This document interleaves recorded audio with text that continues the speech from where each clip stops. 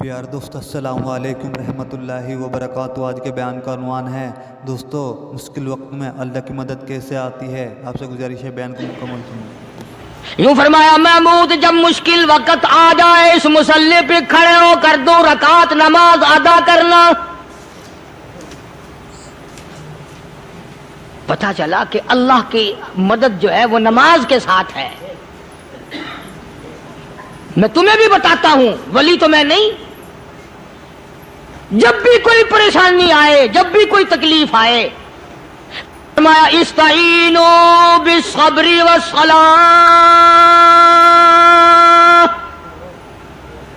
نماز پڑھو انشاءاللہ آسانی ہوگی۔ صبر کر، نماز پڑھ، ان اللہ مع الصابرین،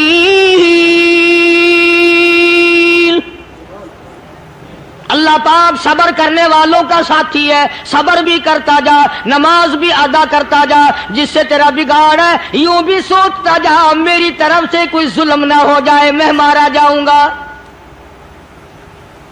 چھلا ساتھ لے کر چلا گیا اور اپنی فوج کو لے کر کے سومناتھ کے مندر پہ حملہ کر دیا۔ مسلمان فوج بڑا سفر کر کے آئی تھی، دور سے آئی تھی، تھکی ہوئی تھی، چور چور تھی، اتنے حالات نہ تھے، اتنے ہتھیار نہ تھے۔ 70 راجاؤں کی فوج کے مقابلے میں مسلمانوں کو شکست ہو گئی۔ محمود غزنوی کو خبر دی گئی بادشاہ شکست ہو گئی۔ محمود نے 2 رکعت نماز ادا کی۔ اور یہ بھی بتا دوں اللہ والوں کا اتنا ادب کیا محمود غزنوی نے کہ اس مصلی پہ کھڑے ہو کر نماز نہیں پڑھی، اس کو سر کے اوپر رکھ کے نماز پڑھی۔ مصلی اللہ والے کا سر پہ رکھ لیا اور نماز پڑھی خدا کے حضور میں، اور پھر سر سجدے میں رکھ دیا۔ میرے پروردگار بے نیاز خالق و مالک، میں گناہگار سہی، میں سیاکار سہی، میں تیرا بندہ ہوں۔ او میرے مولا مقابلہ کفر سے ہے، حق پرستوں کی نہ کی تو نے گر دل جوئی نہیں، تانا دیں گے بت کے مسلم کا خدا کوئی نہیں۔ او میرے پروردگار آج مجھے ذلیل نہ کر، آج میری شکست نہ کر، آج مسلمانوں کو شکست نہ دے۔ اور بے نیاز پروردگار کافر کہیں گے ان کا خدا کہاں گیا۔ بس محمود غزنوی نے اللہ کے حضور میں نماز ادا کی اور دامن پھیلایا اور سر سجدے میں رکھا، تو اطلاع ملی کہ شکست فتح میں بدل گئی۔ چنانچہ جمعے کا خطبہ محمود غزنوی نے سومناتھ کے مندر کے اندر دیا۔ کس قدر اللہ والوں کو دلچسپی تھی ان معاملات سے کہ قوم کے لیے بھلائی ہو، ملک کے لیے بھلائی ہو، عوام کے لیے آخرت کی دنیا کی بھلائی مقصود تھی۔ خواجہ قطب الدین بختیار کاکی رحمت اللہ علیہ دلی شہر میں رہتے ہیں، بادشاہوں کا زمانہ ہے۔ اللہ اللہ کیا عجیب لوگ تھے۔ آج تو اچھے بھلے دیندار طبقہ نماز پڑھانے والوں کو نماز کے، غسل کے، وضو کے مسائل معلوم نہیں۔ دوستو ایسا وقت تھا سلطان صلاح الدین خلجی رحمت اللہ علیہ کو بادشاہ ہو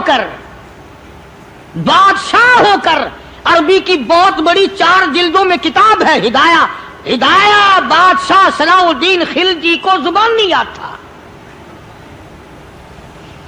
اتنی بڑی عظیم کتاب زبان نہیں یاد تھی۔ وہ بادشاہ بھی ہوا کرتے تھے اور ولی بھی ہوتے تھے۔ سلطان عالمگیر رحمت اللہ علیہ بہت بڑا بادشاہ ہو کر، اورنگزیب ہے، عالمگیر ہے، اتنا بڑا عظیم بادشاہ، مگر حضور کریم صلی اللہ علیہ وسلم کی 5000 حدیث پاک اس بادشاہ کو زبان نہیں یاد تھی۔ اور قرآن کا حافظ تھا، قرآن کا قاری تھا، قرآن کا عالم تھا، قرآن کا مفسر تھا، ولی بھی تھا، بادشاہ بھی تھا، اللہ والا بھی تھا، اور اتنا خوف تھا دل میں تمہیں کیا بتاؤں۔ اللہ اکبر، بادشاہ ہو کر کے کپڑا خریدا، مزدوری کر کے کپڑا خریدا بادشاہ نے، اور کپڑا خرید کر اس کی ٹوپیاں اپنے ہاتھوں سے سی۔ عالمگیر رحمت اللہ علیہ نے اس کی ٹوپیاں اپنے ہاتھوں سے سی اور چاندنی چوک دلی میں کھڑے ہو کر فروخت کی، بیچی۔ 6-7 روپے جمع کر کے ایک تھیلی میں بند کر کے اوپر لکھا عالمگیر کا کفن ان پیسوں سے خریدا جائے۔ کبھی ہم نے بھی سوچا جو رشوت مارنے والا آدمی ہے، بتاؤ اس کے لیے کفن کہاں سے اچھے پیسے تلاش کر کے لایا جائے گا؟ رشوت کا ہی کفن ملے گا نا۔ جو آدمی ملاوٹ کر کے پیسے کماتا ہے، فنکاری کر کے پیسہ کماتا ہے، دغا اور فریب کر کے پیسے کماتا ہے، تو آج ہمارا کفن بھی صحیح نہیں، کفن بھی دغا والا، فریب والا، ملاوٹ والا۔ بلکہ تم تو کہتے ہو کہ آج کل کھانے کے لیے خالص کچھ نہیں ملتا، میں کہتا ہوں میت کو غسل دینے کے لیے پانی خالص نہیں ملتا۔ یہ جو ہم موٹریں نلکے لگاتے ہیں، یہ پیسے کون سے ہمارے خالص ہیں؟ جو صابن میت کو مل رہے ہیں کون سے پیسوں کا خریدا ہوا ہے؟ جو خوشبو میت کو لگ رہی ہے کون سے پیسوں کی خریدی ہوئی ہے؟ جو کفن پڑ رہا ہے وہ کیسے پیسوں کا کفن ہے؟ اور میں آگے بڑھ کر کے کہتا ہوں جو کندھوں پہ اٹھائے جا رہے ہیں وہ کون سے کتب ہیں، کون سے ابدال ہیں؟ جس نے میت کو غسل دیا ہے کبھی معلوم کیا کہ وہ کتنا بڑا نیک آدمی ہے؟ یہ تو ہمارے آخری وقت کا حال ہے، اور اس طرف کسی کا دھیان نہیں، سوچ نہیں، بچار نہیں، قطعی طور پر اندھے ہو جاتے ہیں۔ او میاں ٹھیک ہے جو کچھ ہو رہا ہے۔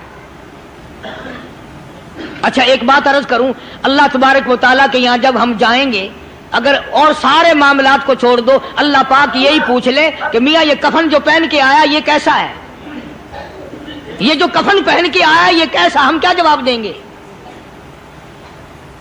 بادشاہ عالمگیر رحمت اللہ علیہ نے تھیلی پہ لکھ کر کے بند کر کے رکھ دیا، جب میرا انتقال ہو جائے، میری موت آ جائے، جب میں دنیا سے رخصت ہو جاؤں، جب میں دنیا سے چلا جاؤں، میرا آخری لباس جو میں نے ساتھ لے کے جانا ہے وہ شادی کے جوڑے دنیا تیار کرتی ہے، سفر کے جوڑے دنیا تیار کرتی ہے، غیر ملکوں میں جانے کے لباس دنیا تیار کرتی ہے، ادھر ادھر جانے کے لیے، تقریبوں میں جانے کے لیے جوڑے لباس پوشاک دنیا تیار کرتی ہے۔ اور میں کہتا ہوں لوگوں، قبر کی پوشاک ہم کب تیار کریں گے؟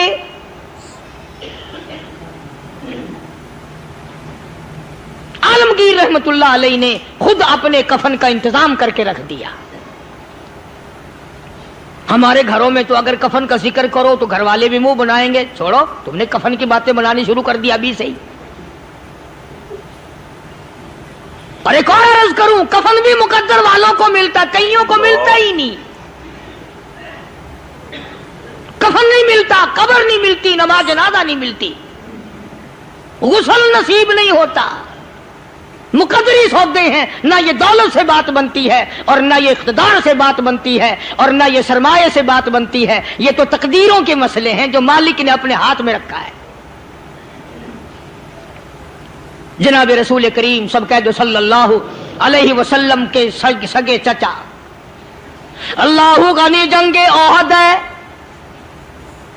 امام الانبیاء محبوب کبریا حضرت محمد مصطفیٰ صلی اللہ تعالی علیہ وسلم کو خبر دی گئی آپ کی حالت بھی زخمی ہے، آپ کا چہرہ انور زخمی ہو گیا، آپ کے چہرے میں خود جو سر پہ اوڑھ رکھا تھا اس کے حلقے کڑیاں چہرے انور کے اندر چلی گئی، نکلتی نہیں، نکالنا چاہتے ہیں، نکلتی نہیں، نکالنے کی کوشش کرتے ہیں۔ ابو عبیدہ بن جراح رضی اللہ تعالیٰ عنہ نے دانتوں میں پکڑ کر وہ حلقہ زنجیر والا کھینچ لیا۔